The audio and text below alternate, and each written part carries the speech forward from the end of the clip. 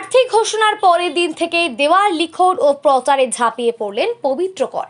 বিধানসভা নির্বাচনের ঘোষণা হওয়ার পর থেকেই ক্রমশ সংবাদ শিরোনামে যথেষ্ট গুরুত্ব আদায় করে নিচ্ছে নন্দীগ্রাম।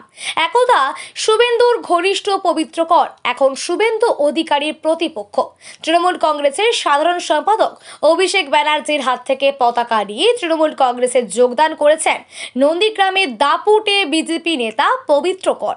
নন্দীগ্রামে 210 বিধানসভাতে প্রার্থী হিসেবে পবিত্র করের নাম ঘোষণা করা হয়।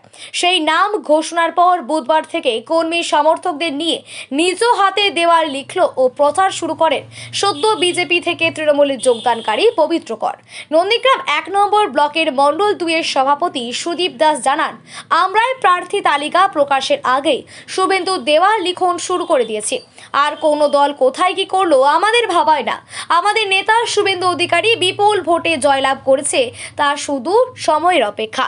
তৃণমূল নেতা শামসুল ইসলাম জানান, আমরা আগে থেকেই একাধিক জায়গায় দেওয়ালে চুনকাম করে রেখেছিলাম, শুধু প্রার্থীর নামের অপেক্ষায় ছিলাম।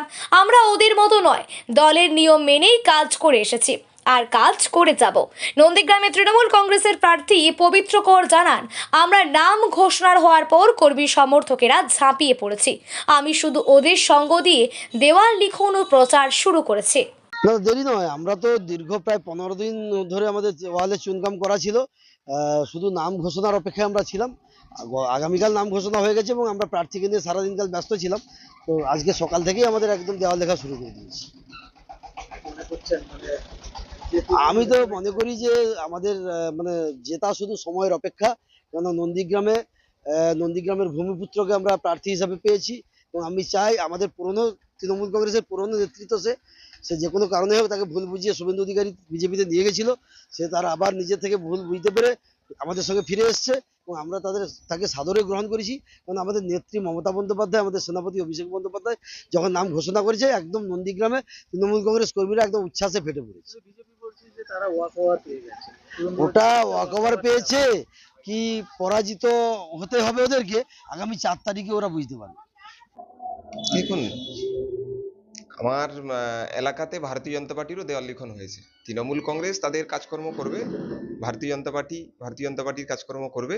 কিন্তু বলে রাখি, একজন পঞ্চায়েত মেম্বার, সে আমাদের বিধানসভার প্রার্থী, তার সঙ্গে লড়াইটা খুব হালকাভাবে হবে।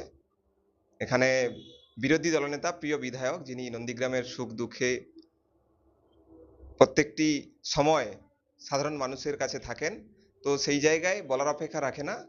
এখানে ভারতীয় জনতা পার্টি অলরেডি জিতে গেছে তৃণমূল কংগ্রেসের প্রার্থী দেখে। এগুলো দিবা স্বপ্ন। মমতা ব্যানার্জিকে যেই জায়গায় 21 সালে হারানো হয়েছে, সেখানে তার থেকেও বড় কোনো তৃণমূল কংগ্রেসের প্রার্থী আছে বলে আমার তো মনে হয় না।